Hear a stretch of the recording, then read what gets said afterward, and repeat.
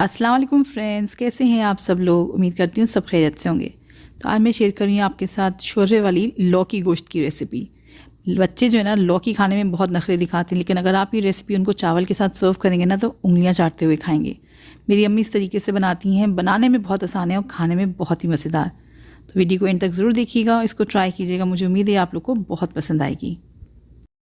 तो ये रेसिपी हम बनाएंगे प्रेशर कुकर में, इसे बहुत जल्दी बन के तैयार हो जाएगी।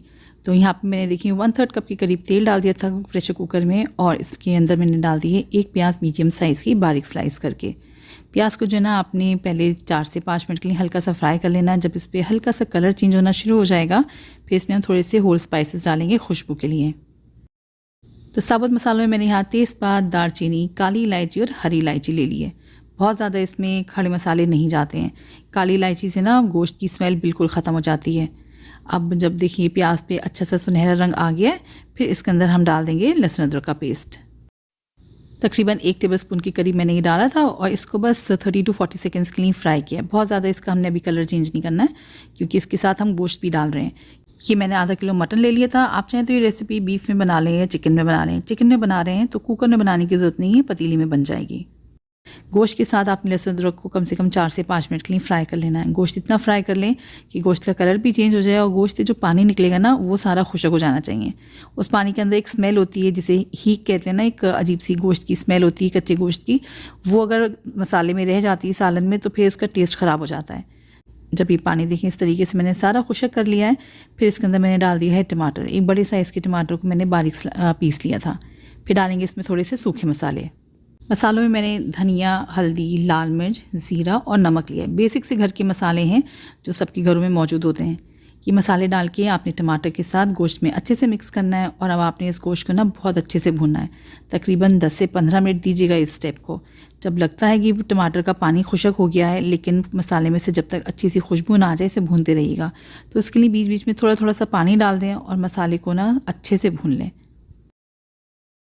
तो देख सकते हैं आप फ्रेंड्स, बहुत अच्छे से मसाला भुन गया, बिल्कुल दानेदार सा हो गया। मैंने बीच में एक बार पानी और डाला था और जो है ना अब हमने गोश्त को गला लेना है। तो इसमें हम गोश्त को गलाने के हिसाब से पानी डाल रहे हैं। मैंने यहाँ पे 1 कप के करीब पानी डाला था। सब चीज़ों को मैंने दोबारा से मिक्स किया है और इसको हम प्रेशर कुक कर लेंगे।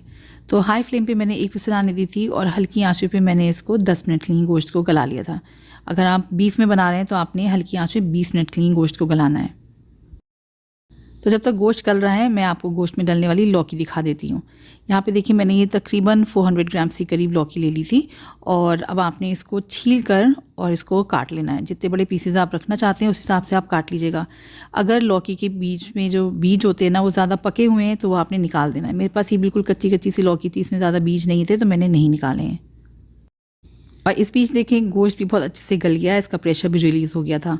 इसको मैंने चेक कर लिया, इसमें बहुत हल्की सी कसर बाकी है जो कि अभी हम लौकी के साथ इसको गला लेंगे।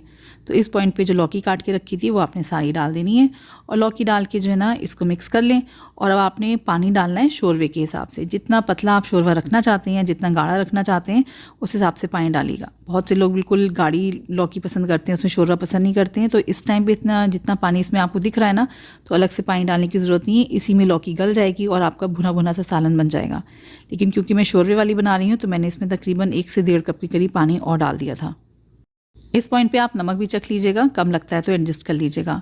अब मैंने इसको प्रेशर कुक कर लिया था। तो हाई फ्लेम पे 2 विसल आने दी थी, उसके बाद गैस को बंद कर दिया था और प्रेशर मैंने खुद से ही सेटल होने दिया था। इस तरीके से क्या हुआ ना कि अच्छे से जो ना तेल भी सरफेस पे आ जाएगा और गोश्त और लौकी अच्छे से गल जाएगी। तो फ्रेंड्स उम्मीद करती हूँ आज की रेसिपी आप लोग को पसंद आ रही होगी। पसंद आ रही है तो उसको लाइक, शेयर और चैनल को सब्सक्राइब जरूर कर दीजिएगा। और आप ये रेसिपी किस शहर से, किस कंट्री से देख रहे हैं मुझे कमेंट सेक्शन में ज़रूर बताएं ताकि मैं आपका शुक्रिया कर सकूँ। और आज का स्पेशल थैंक्स जाता है Farzana Gariba ji from Burma, Rashman from Malaysia and Shazia Nadeem ji from Multan.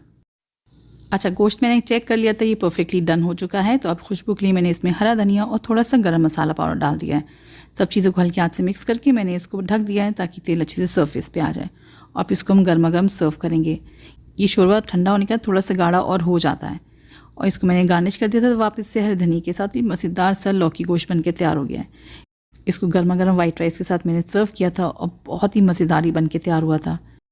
आप भी ये रेसिपी ट्राई कीजिएगा, बनाने में बहुत आसान है और खाने में बहुत ही मज़ेदार।